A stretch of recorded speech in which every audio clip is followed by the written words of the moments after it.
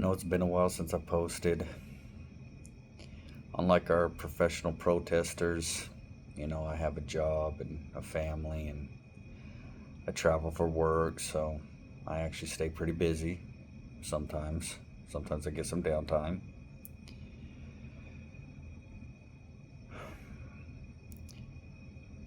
There has been a lot that's been going on in the last few months, and there would be so much to talk to, but the big thing is all these anti-ICE riots and pro-immigration riots.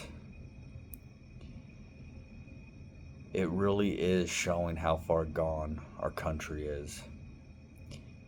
I mean, it's already been pointed out that these people are flying the flags of the countries that they refuse to go back to. They're burning, destroying, looting. But what really needs to be taken from this, what really needs to be understood, is that our enemies are in the open without fear. The people that want to destroy America, to get rid of its Constitution, to tear down the founding pillars of the nation, they're in the open. It's essentially a foreign invasion aided by domestic sympathizers. And the truth is we're not going to really do anything about it. Eventually the riots might die down, but we'll see if they do or they don't. We know as long as Donald Trump's in office, they won't, because this is all funded by the Soros machine, and the Democrats, they just love to destroy and burn things when they don't get their way. Remember, they didn't get their way about slavery, so they started the Ku Klux Klan.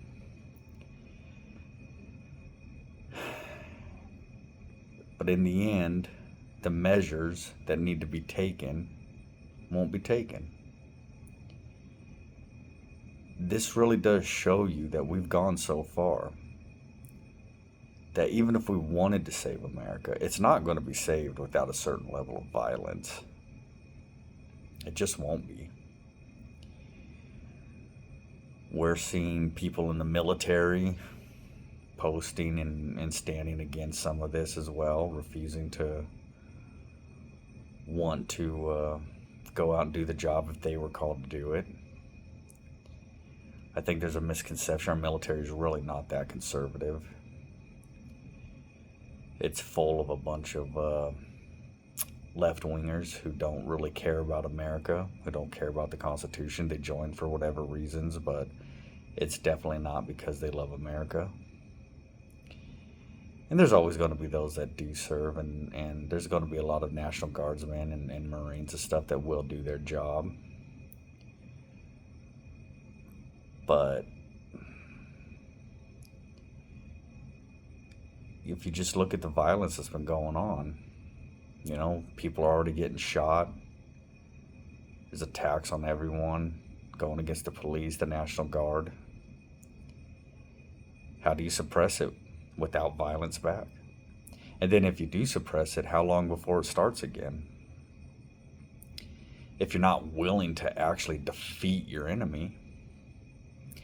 And this is the funny thing about the conservatives and the right and the Republicans and all them. They're idiots too. They seem to think that they have the high road. They seem to think that, in time, elections will win and people are seeing the left for who they really are, and that eventually they're going to die out. But that's like just saying, hey, we got a bunch of rabid dogs unleashed on the farm. Eventually they're all going to die from the rabies. So we don't really need to go out and take care of them. So even though it's true, or it could be true, in the end, what would happen? The damage to the farm is going to be pretty severe, if not permanent. And if not so severe that the farm will never be able to operate again. Those rabid dogs will tear through it, ripping through all the livestock and chicken and cows and everything they can. And that's what we're seeing. That's what the left is a bunch of rabid dogs.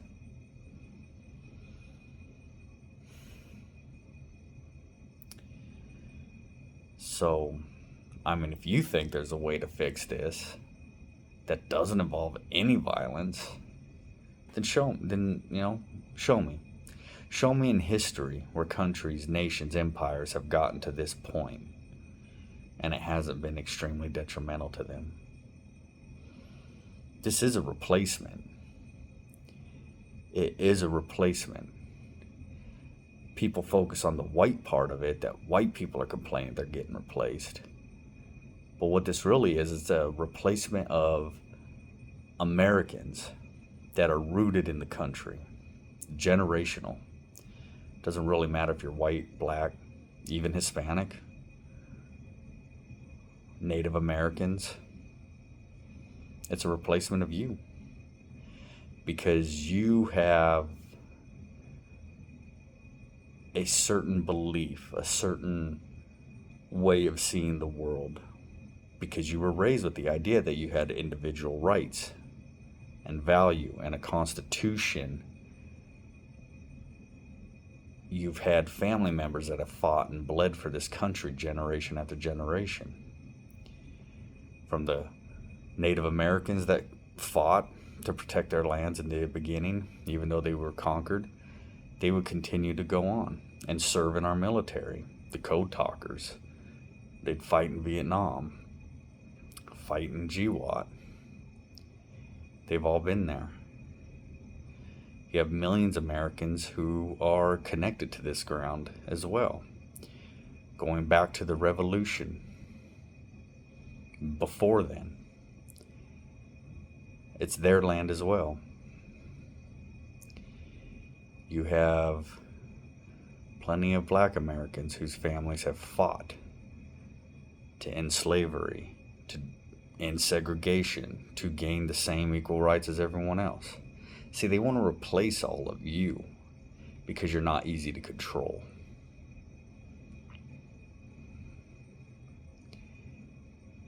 And they want to bring in this left-wing ideology that many of these immigrants that they're bringing in have.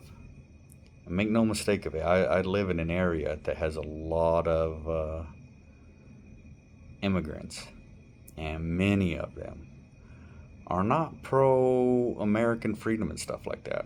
They're very much for socialism and communism. So, it's just some food for thought. You can sit here and complain about it and do something about it, but in the end, what are we going to do? Because right now, I don't see a government that's really got the strength or the will to actually do what it's going to do, what needs to be done. Our nation is full of traitors, full of them. And many of them are serving within our government.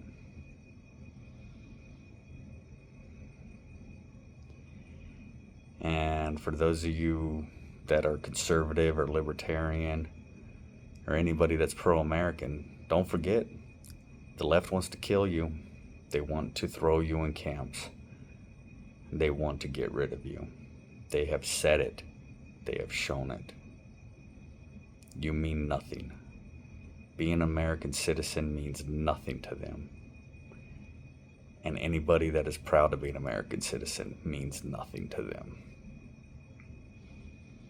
This is a clash of major ideologies that cannot coexist. One will have to give way to the other. Well, thanks for listening to my rant, and then